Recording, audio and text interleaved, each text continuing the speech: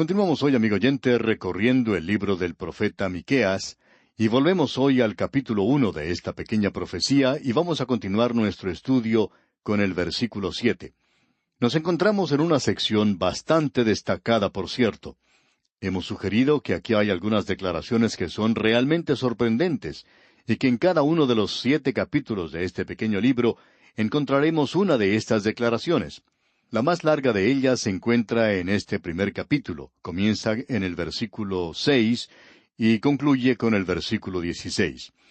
Aquí podemos ver la destrucción de Samaria por Asiria. Es en miniatura lo que será la destrucción de los días postreros. Esto no solo habla de Samaria, sino del juicio que viene a Jerusalén y al reino del sur de Judá. Esto vino más tarde, por supuesto, bajo los babilonios. Pero el cuadro que tenemos aquí es una pequeña iluminación, un vislumbre, digamos, de lo que vendrá en el futuro, el juicio que viene en el futuro. Aquí Él nos presenta el juicio. Y en el capítulo 2 encontraremos explicada la razón para ese juicio. Pero aquí tenemos una razón o una explicación al leer estos versículos. Él presenta con toda claridad por qué este juicio viene sobre ellos, y Él hizo una pregunta. Usted recuerda allá en el versículo 5, donde decía, ¿cuál es la rebelión de Jacob? O en realidad, ¿quién es el responsable? Bueno, Él lo ha identificado ahora y dice, ¿no es Samaria? ¿Y cuáles son los lugares altos de Judá? ¿No es Jerusalén?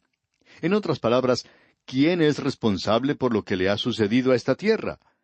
Ellos se habían apartado de Dios, habían pecado, habían transgredido. ¿Quién es responsable?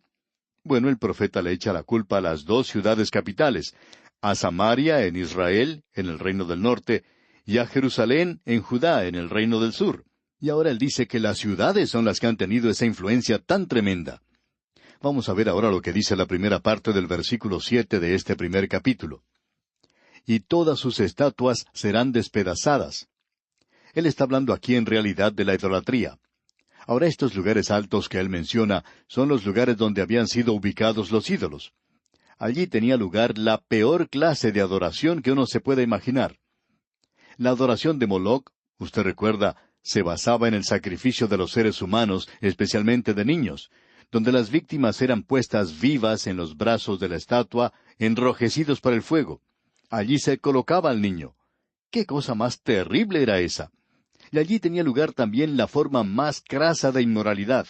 Es decir, que la religión y el sexo eran la misma cosa.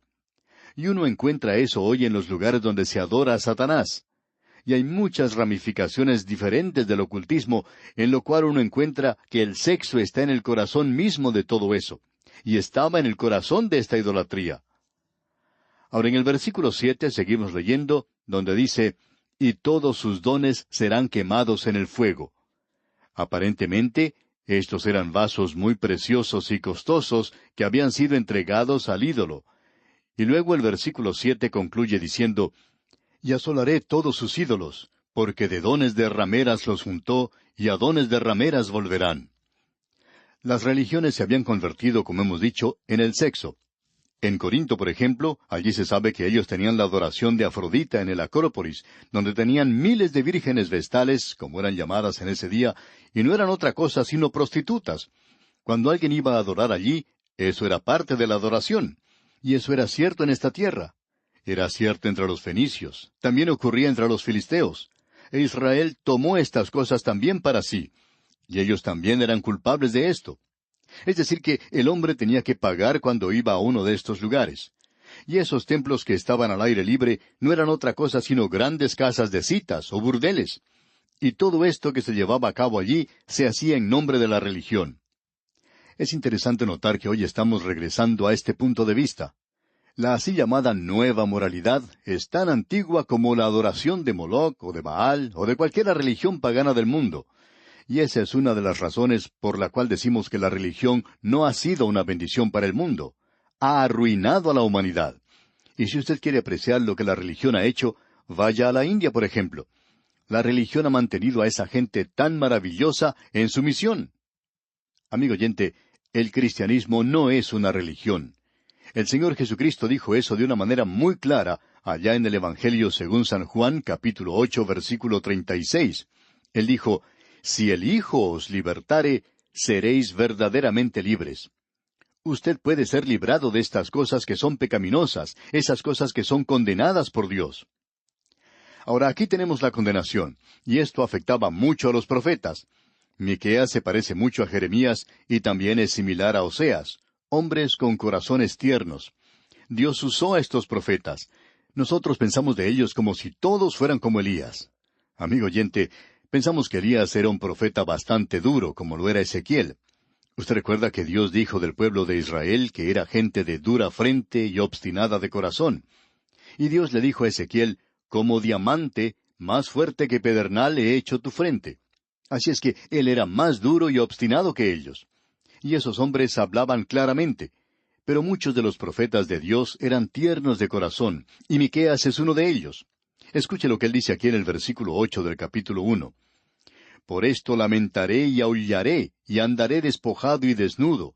Haré aullido como de chacales, y lamento como de avestruces.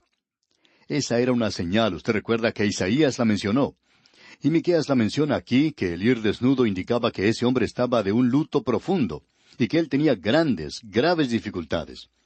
Y Miqueas sigue diciendo, haré aullido como de chacales. Yo no sé si usted habrá tenido la oportunidad de escuchar a algún animal salvaje aullando, aun digamos a animales más conocidos como un lobo, por ejemplo, o algún animal como ese. Emiten sonidos muy tristes, por cierto. Y luego Miqueas dice, y lamento como de avestruces. Esto se menciona, digamos de paso, en el libro de Job, capítulo 30, versículo 29, donde dice, he venido a ser hermano de chacales y compañero de avestruces. Ahora el avestruz produce un sonido muy plañidero, parece un lamento, algo de lo cual nosotros no estábamos enterados. Pero alguien cuenta que hace algunos años, visitando un zoológico, oyó un sonido así de mucho lamento, plañidero, y no sabía de dónde procedía.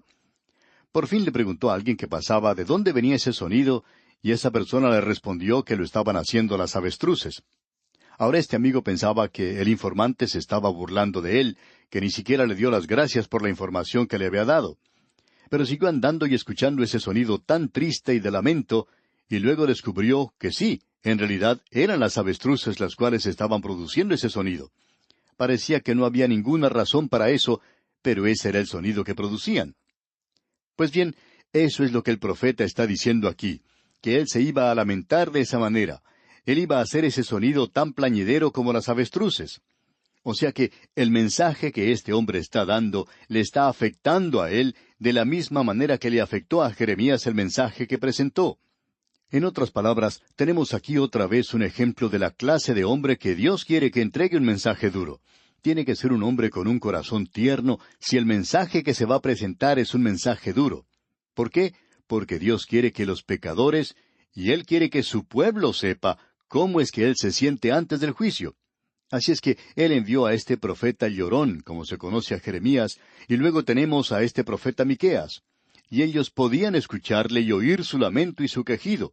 Y ellos sabrían cómo se sentía Dios en cuanto a todo esto, que Dios no es un Dios vengativo, que Dios no se estaba gozando en el juicio.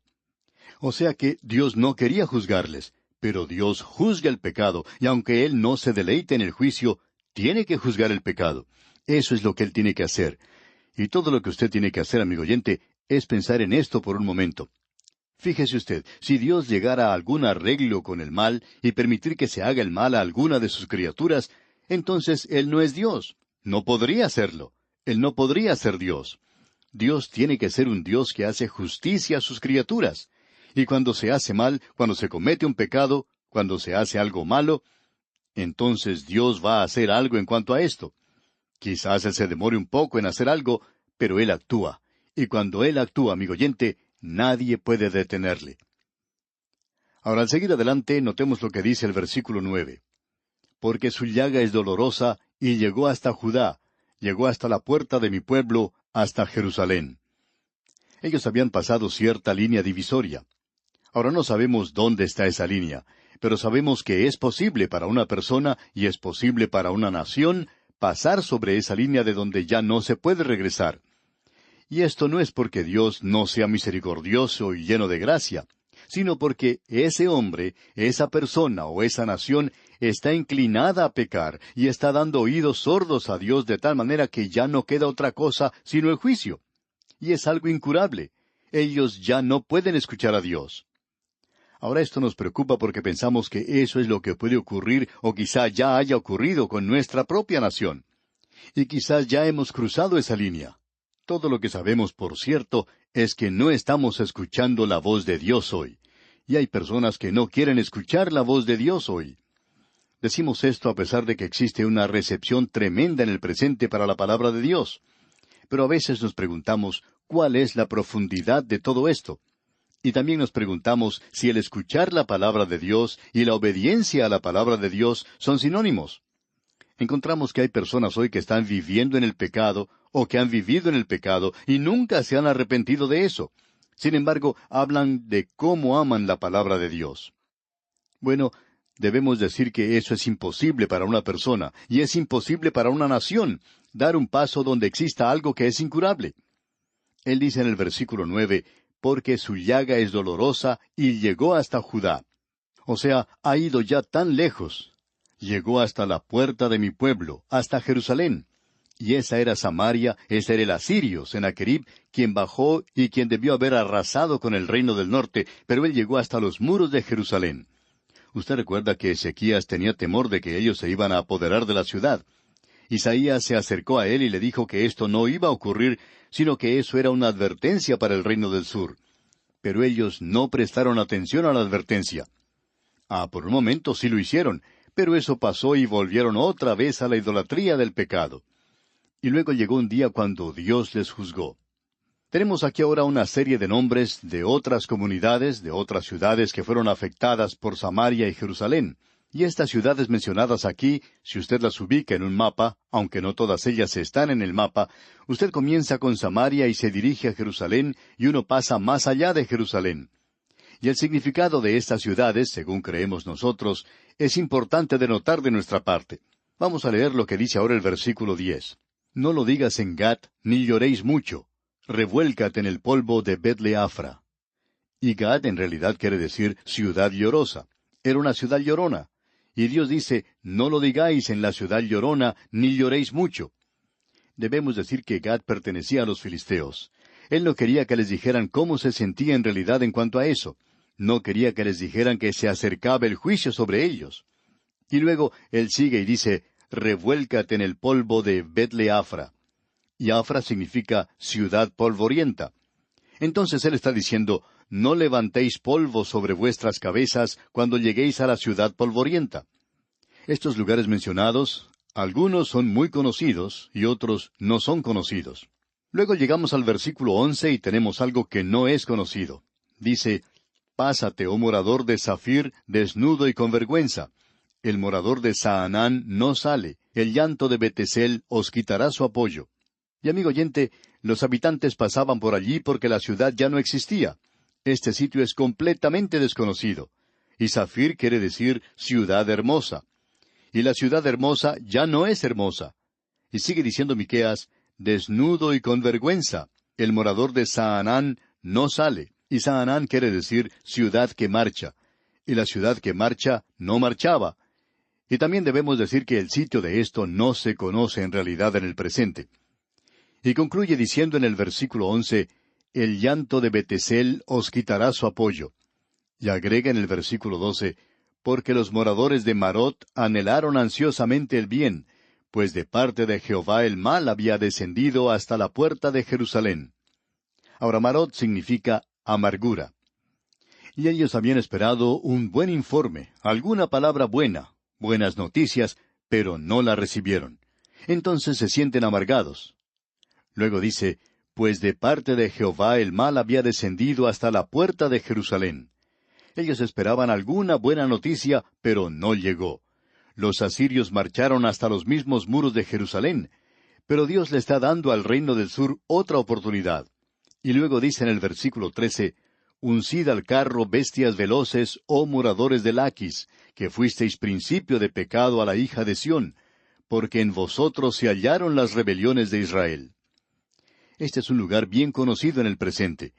Los eruditos han determinado que Laquis, que a propósito está ubicado ahora al suroeste de Jerusalén y estaba cerca del país filisteo, fue el lugar donde la idolatría fue introducida por primera vez en el reino del sur, y aparentemente había una relación allí entre Judá, es decir, entre Laquis en Judá, y Jeroboam, aquel que hizo que Israel pecara en el norte.